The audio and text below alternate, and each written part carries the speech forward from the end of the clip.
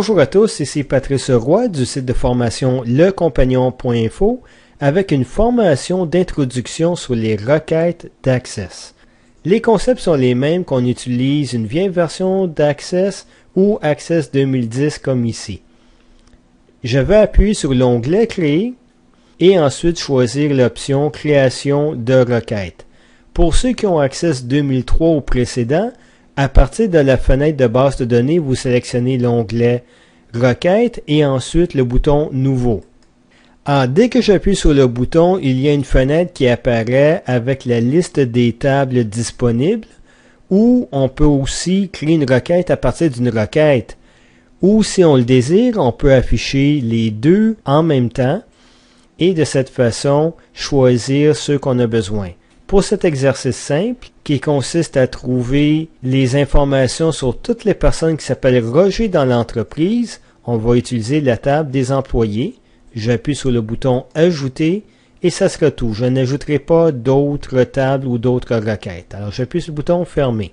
Et voici dans la section la table Employé apparaît. Je pourrais aussi ajouter d'autres tables en appuyant sur le bouton Afficher la table, le bouton avec le plus jaune, et réafficher la fenêtre qu'on vient de voir et choisir les tables et les requêtes que j'ai besoin.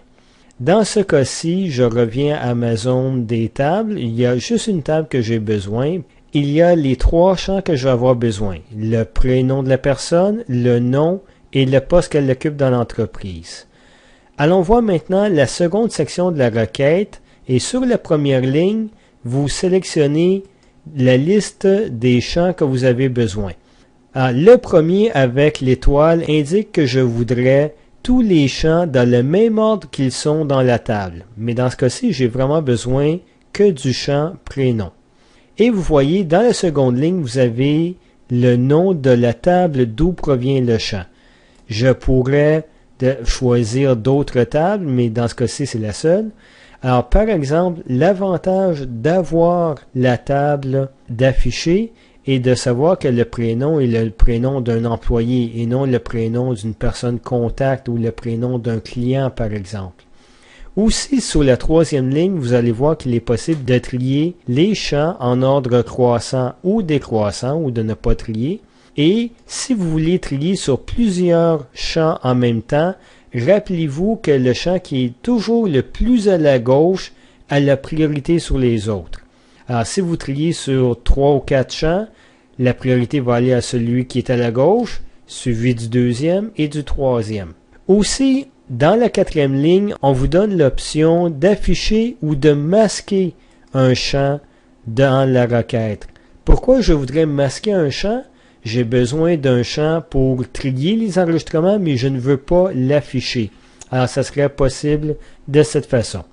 Ensuite, sur les lignes suivantes, vous allez voir qu'il est possible de placer des critères pour les recherches. Alors, pour chaque champ, on pourrait avoir des critères. Et si les critères sont sur la même ligne, c'est l'équivalent de dire tel critère et tel critère et tel critère. Si les critères sont sur des lignes différentes, c'est l'équivalent de dire tel critère ou tel critère ou tel critère. L'avantage de cela, c'est que vous pouvez combiner les deux ensemble pour créer des requêtes qui filtrent plus l'information. Ici, vous avez vu la première façon d'ajouter un champ à la requête. J'ai aussi besoin des champs nom et poste dans ma requête. Alors, la deuxième façon d'ajouter un champ est de le sélectionner de la table. Je garde mon doigt sur le bouton gauche de la souris et je le déplace sur la ligne des champs. Et à ce moment-ci, je relâche le bouton. Alors voyez-vous, le nom maintenant apparaît à côté du prénom. La troisième façon d'ajouter un champ est de sélectionner celui-ci et de faire un double-clic sur le champ. Automatiquement, il va s'ajouter à la fin de la liste des champs que vous avez sélectionnés. Une dernière chose avant de continuer, je peux déplacer les champs si je voudrais. Je place mon curseur juste au-dessus du champ sur la petite barre grise pour sélectionner le champ. Je place mon curseur sur la barre grise et voyez que le pointeur change de forme pour devenir une flèche blanche.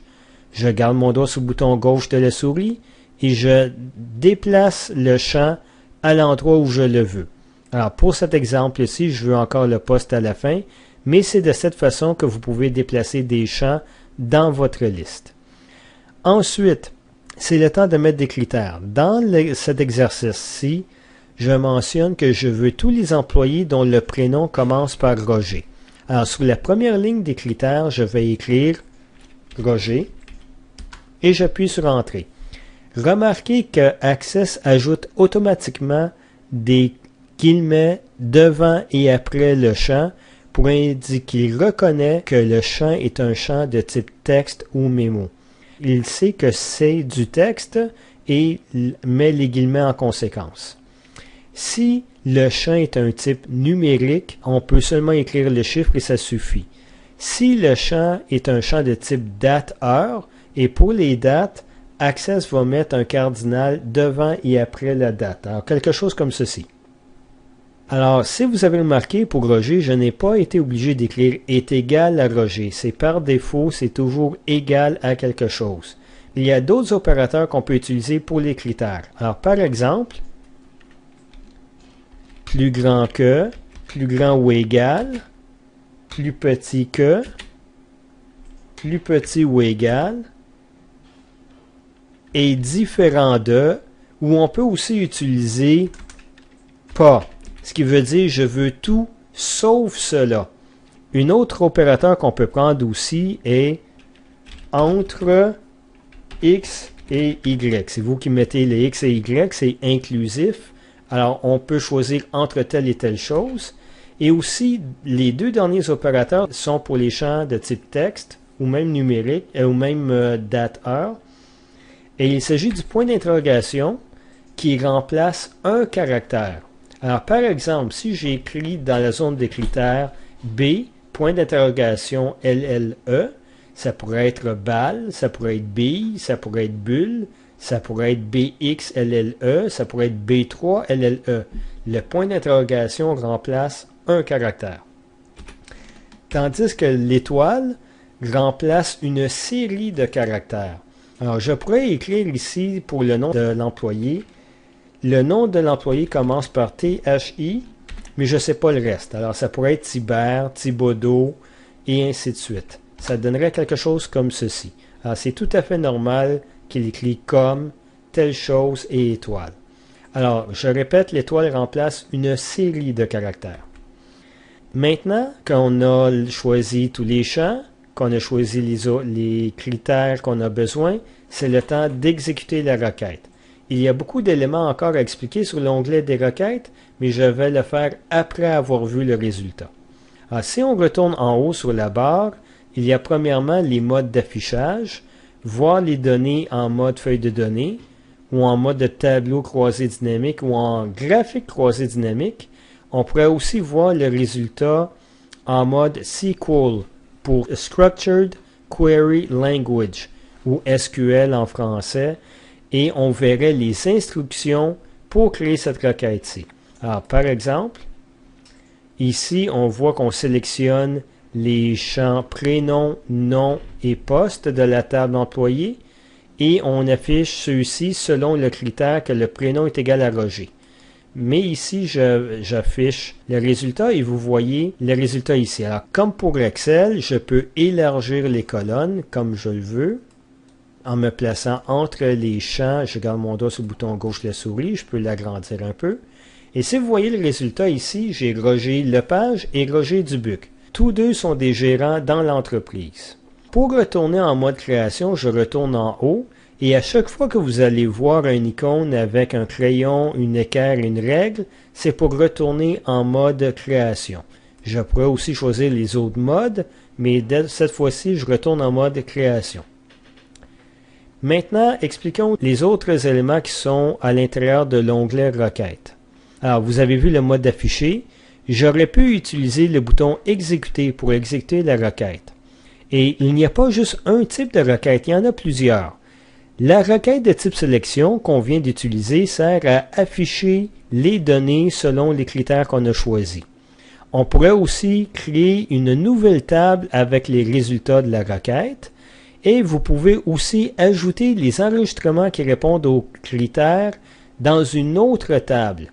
Et avec cela, vous avez aussi la requête suppression pour retirer des enregistrements qui répondent aux critères. Alors, prenons un exemple de ces deux-là ensemble.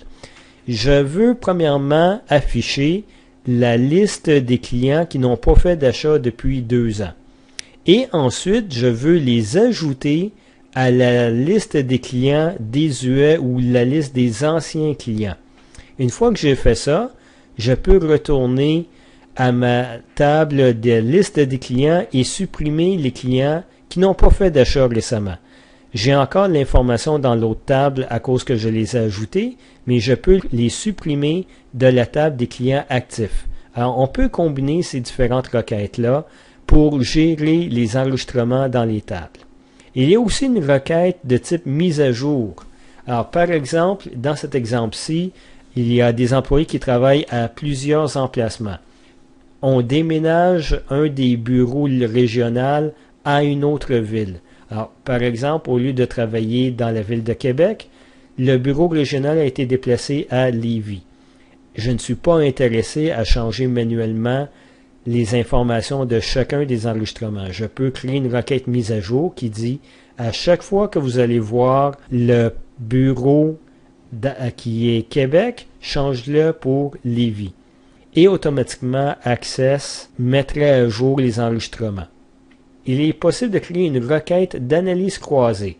J'ai besoin de 3 champs, un où j'affiche les données horizontalement, un autre où j'affiche les données verticalement, et un troisième sur lequel je fais l'analyse que j'ai besoin.